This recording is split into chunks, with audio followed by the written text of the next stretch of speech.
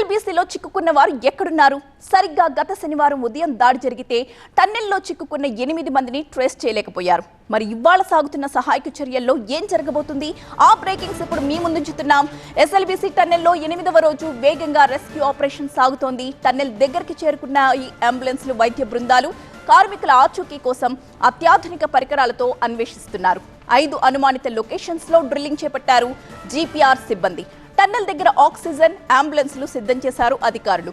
టన్నెల్లో సీపేస్ పెరిగిపోవడంతో rescue operation కి అడ్డంకులు ఏర్పడ్డాయి. శిథిలాల తొలగింపుకు అడ్డం పడుతున్న బురద, సీపేస్, టీబీఎస్ మెషిన్, చివరి దశకు చేరుకున్న కన్వేయర్ బెల్ట్ పునరుద్ధరణ పనులు. ఇవాళ కన్వేయర్ బెల్ట్ సిద్ధమైతే మరింత వేగంగా సహాయక చర్యలు ఊపందుకోబోతున్నాయి.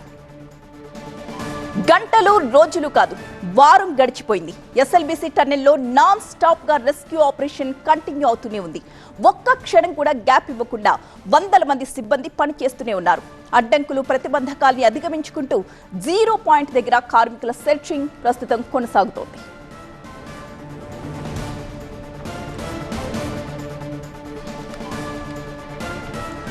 టన్నెల్ దగ్గర ఇవాళ తాజా పరిస్థితి ఏంటి? మా ప్రతినిధి శివకుమార్ లైవ్ లో సిద్ధంగా ఉన్నారు. శివకుమార్, మనకు అందుతున్న అప్డేట్ ప్రకారం అంబులెన్స్లు చేరుకుంటున్నట్టు తెలుస్తుంది. అలాగే డాక్టర్స్ కూడా అక్కడికి చేరుకున్నారంటున్నారు. ఎలాంటి న్యూస్ మనం చూడబోతున్నాము? ఎందుకంటే సెర్చ్ ఆపరేషన్ ఆల్మోస్ట్ కీలక దశకు వచ్చేసింది. ఏం జరగబోతోంది? వారం రోజుల తర్వాత ఎస్ఎల్బీసీ టన్నెల్లో సహాయక చర్యలు కొలిక్కి వచ్చాయని అయితే చాలా స్పష్టంగా కనిపిస్తూ ఉంది. నిన్న సాయంత్రం నుంచి ఈ ఏదైతే ఎన్జీఆర్ఐకి సంబంధించినటువంటి గ్రౌండ్ పెనిట్రేటింగ్ రాడార్ కొంత 5 లొకేషన్లను అయితే ఐడెంటిఫై చేసింది.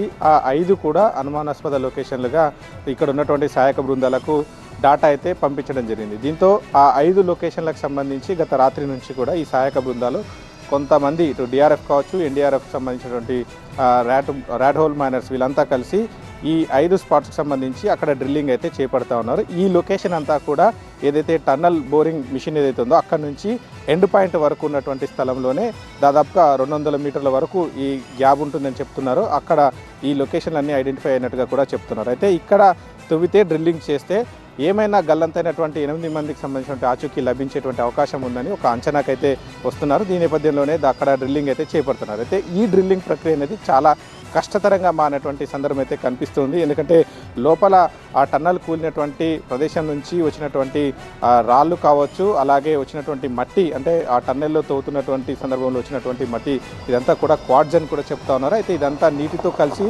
మనం ఇళ్ల నిర్మాణానికి ఉపయోగించేటువంటి కాంక్రీట్ ఏ విధంగా ఉంటుందో అదే మాదిరిగా గట్టిగా పడి చాలా కష్టతరంగా తవ్వడానికి కూడా ఇబ్బందులు, పరిస్థితులు ఎదురవుతున్నటువంటి అంశాన్ని అయితే చెప్తున్నారు. అయినప్పటికీ కూడా ఈ సహాయక చర్యల బృందాలు అయితే చాలా తీవ్రంగా శ్రమిస్తూ ఉన్నాయి. ఇక దీంతో పాటుగా మిగిలినటువంటి సహాయక చర్యలు కూడా కొనసాగుతున్నాయి. ముఖ్యంగా నిన్న మొన్నటితో పోలిస్తే ఇవాళ కొంత సీపేజ్ వాటర్ అనేది పెరిగినట్టుగా కూడా తెలుస్తుంది. ఈ నేపథ్యంలోనే మోటార్ల ద్వారా ఈ సీపేజ్ వాటర్ని ఎప్పటికప్పుడు బయటికి పంపిస్తున్నటువంటి సిచ్యువేషన్ కూడా ఉంది. సైమల్టేనియస్లీ ఈ బురద పంపింగ్కి సంబంధించి కూడా ఇవాళ ఒక కీలక పరిణామం జరిగేటువంటి అవకాశం ఉంది. ముఖ్యంగా ఆ లోపల ఏదైతే 13.5 కిలోమీటర్ల వరకు ఉన్నటువంటి కన్వేయర్ బెల్ట్ ఇవాళ సాయంత్రం వరకు అందుబాటులోకి వచ్చేటువంటి అవకాశం అయితే ఉంది.